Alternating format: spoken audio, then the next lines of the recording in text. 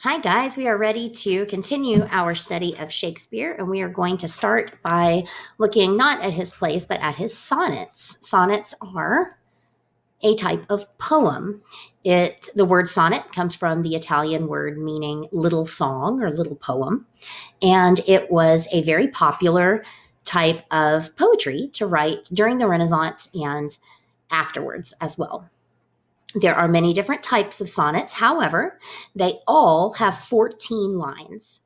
And as a short 14-line poem, sonnets usually regard a single theme. And we are going to read several examples by Shakespeare and by a couple of other poets as well. Some variations on the sonnet. That's a weird little text overlap. The Italian or Petrarchan sonnet is one type, and the English or Shakespearean sonnet is another. We are going to focus our study on the Shakespearean sonnet, which differs from the Petrarchan sonnet by the rhyme scheme, or the way the rhyming lines are arranged. The Shakespearean sonnet has 3 quatrains and a couplet. A quatrain is a group of 4 lines that rhyme together in a sequence, and a couplet is 2 back-to-back lines of poetry that rhyme. And so the rhyme scheme for the Shakespearean sonnet goes A, B, C, D, E, F, G, G, which just means every line labeled A rhymes, every line labeled B rhymes, and then that pattern of alternating rhyming lines carries over, and then the last 2 lines rhyme with each other. So 1, 2, 3 quatrains of 4 lines and 1 2-line couplet. One of the reasons that poets enjoy writing sonnets is because the structure of the sonnet helps them develop themes with a logical flow and some expected relationships between the different stanzas. So in Shakespearean sonnets, each quatrain explores a different aspect of the theme with a turn that often begins in line 9 or the beginning of the 3rd quatrain. The couplet serves as a concluding comment, and so it might answer the question that the rest of the sonnet poses, or sometimes it offers a surprise or twist on the ideas that came earlier. Sometimes it kind of solves the riddle. If you think of the sonnet as a riddle, then the solution to that riddle can be found in the couplet. Shakespeare published a collection of sonnets, and there are 154 of them total. They are either titled by number, so in the sequence in which they were published, Sonnet 1, Sonnet 2, etc., or sometimes they are referred to by the first line, "Shall I compare thee to a summer's day?" Even though Shakespeare honored the 14-line structure of the sonnet form, he rebelled against tradition and social norms when it came to content. Most poets wrote about love, about the perfect woman, and elevated her to the level of a goddess, saying, putting her right up there with the Greek and Roman goddesses. Most of Shakespeare's sonnets, however, were actually written for a beautiful young man, whom scholars refer to as the fair youth. Perhaps he looked like this fine young man. And in these poems, Shakespeare admired the man's beauty so much that he thought it should be preserved forever. So he was writing these sonnets to praise the beauty of this fair youth. And eventually, as you read the sonnets, they kind of read like a story. And since they're all about the same subject over and over. And so, according to Shakespeare, the only way to preserve this fair youth's beauty was for him to have children and pass down the beauty from generation to generation. We'll get one other example in the poem we are about to read. The last 28 sonnets are written about a woman. She was a mysterious woman known as the Dark Lady. Scholars have debated the identity of this mysterious Dark Lady for centuries. She shows up in these last 28 sonnets as the poet's lover, as Shakespeare's lover. But then through the series of poems that are about her, she steals the fair youth away from Shakespeare. So then the plots kind of come together. So you can actually read Shakespeare's sonnets as a series of love stories, really. As we read through Shakespeare this unit, you will become more comfortable with some of Shakespeare's terminology, and we're going to introduce it slowly as we can. Some of the main ones that you want to be familiar with are the pronouns up here at the top. Thou and thee mean you, thy or thine mean your. A lot of verbs end in th or st, like doth means do. You just add the th. You might say wanderest, lovest, that kind of thing. And that for verb endings. And if some of this looks familiar to you, you may be familiar with it through the King James Version of the Bible, which when I was a kid, that was what they used in church. It always sounded so fancy and difficult to me. Many churches now use a more modern translation, but if you, for example, learned John 3:16, that whosoever believeth in him shall not perish. That kind of language is because King James lived at the same time as Shakespeare, and King James commissioned the King James Bible, and so that's why the language sounds very similar. Okay, so now we are going to go through an analysis of Sonnet 18, which is also called Shall I Compare Thee to a Summer's Day? This breaks down the pieces that we've just gone over, that there are 3 quatrains and a couplet. And this is also a better demonstration of what the rhyme scheme looks like. So you have day rhymes with may, temperate rhymes with date, shines rhymes with declines, and so on and so forth. So I will begin by reading the poem, and then we will take a look at it stanza by stanza. Shall I compare thee to a summer's day? Thou art more lovely and more temperate. Rough winds do shake the darling buds of May, and summer's lease hath all too short a date. Sometime too hot the eye of heaven shines, and often is his gold complexion dimmed. And every fair from fair sometime declines, by chance or nature's changing course untrimmed. But thy eternal summer shall not fade, nor lose possession of that fair thou owest. Nor shall death brag thou wanderest in his shade, when in eternal lines to time thou growest. So long as men can breathe or eyes can see, so long lives this, and this gives life to thee. So looking at the first quatrain, Shakespeare is comparing the object of his affection with a summer's day. That's very clear in line 1. Shall I compare thee to a summer's day? So think for a minute. How does his love compare? Is she better than a summer's day or not? What exactly is Shakespeare saying?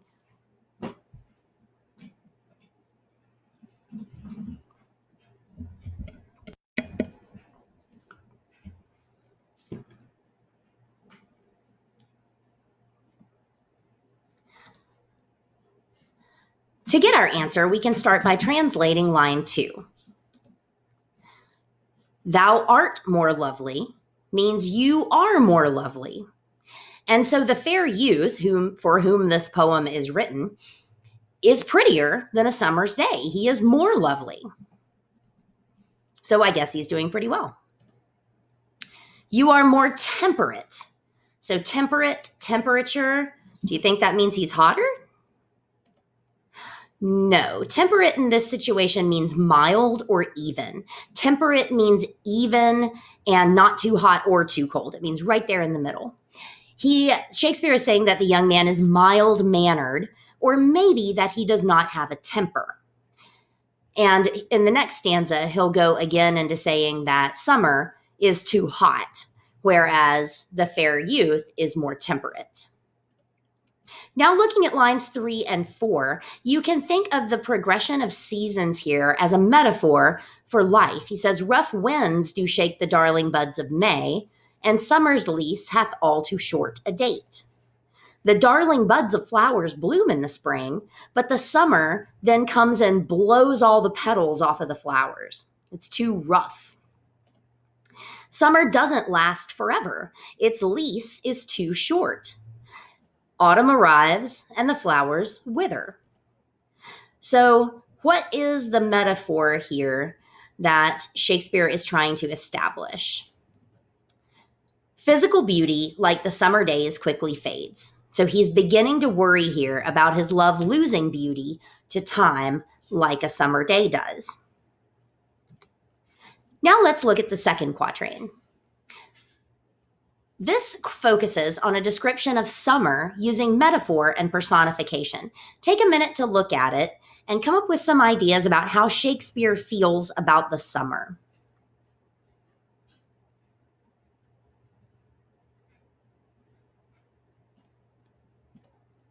First, you have a metaphor, which is a comparison where one thing is identified with a dissimilar thing.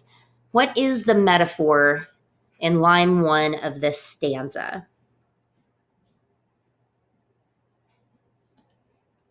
The eye of heaven, which is the sun. And so Shakespeare is saying that summer is too hot sometimes. There is also personification, giving human qualities to non-human subjects. Do you see the personification in line 2? How are they making the sun more like a person? First of all, by calling it a his, by gendering the sun, that also personifies him. But more specifically, by saying his gold complexion, just like a person. So saying that his face has a gold color. Summer here is described as a season of unpleasant extremes of wind in the first stanza and heat. But the object of the poet's affection is the opposite, like temperate, in the first quatrain. Now let's deal with these last 2 lines. First of all, in Shakespeare, fair means beautiful. So think then, what does line 3 mean to say every fair from fair sometime declines?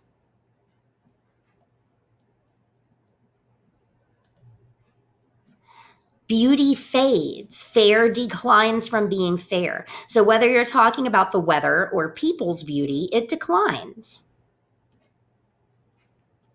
Then we look at line 4. What causes that beauty to fade? Chance and nature's changing course. Chance might mean by accident. Something might happen that causes the weather to change, like a hurricane or something. Or an accident might occur to a person that mars their beauty. Or it could just be nature's changing course. Even if there are no accidents, time will get you. Aging will happen, seasons will change. So again, we have this beauty's going to fade coming up as a theme that's traveling throughout the quatrains. Now quatrain 3. He's made his point about the summer season, so Shakespeare turns his attention back to his beloved. The word but signals an important shift in the poet's focus, a contrast. This often occurs at line 9 of a sonnet. So how then, looking at this, does his love contrast with a summer's day?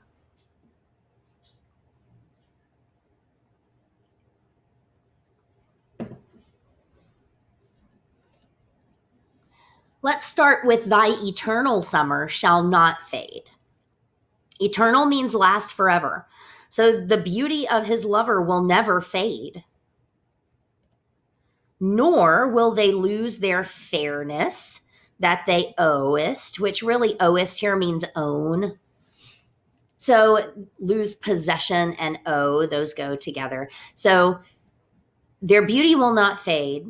They will not lose their beauty, again, repeating himself a little bit.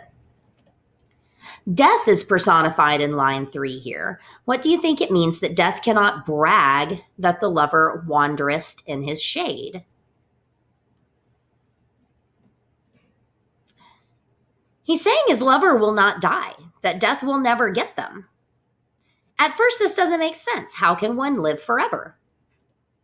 So Shakespeare hints at the answer with the final line of this quatrain.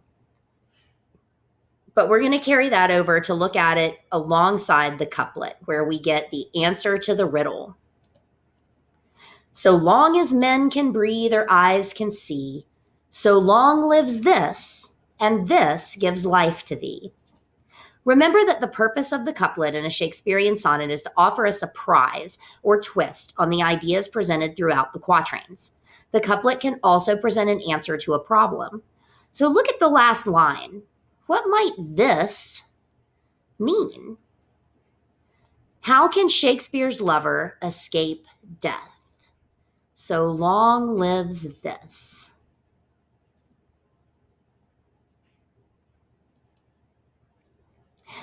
Think back to the last line of the third quatrain. When in eternal lines to time thou growest. What might he be talking about? Is it the DMV? No, he's talking about the lines of a poem because he's writing a poem. Eternal lines. The written word lasts forever, or at least as long as there are people around to read the poem. With this in mind, now what do you think this means?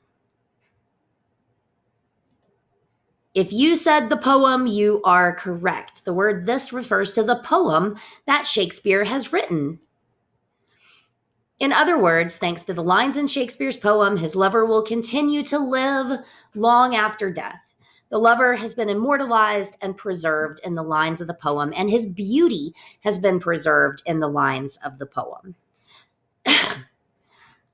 So thinking back over the theme from all the different quatrains, how does the lover compare to a summer's day?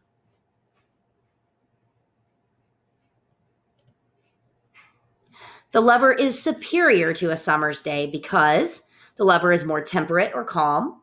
The lover is eternal and his beauty will never fade because it has been immortalized in this poem. So maybe having children isn't the only way to preserve the fair youth's beauty. So now we are going to do this same thing with a different poem. We're going to look back and kind of follow those same steps, looking at each quatrain and dealing with each line on a line-by-line basis to break down the message of the poem.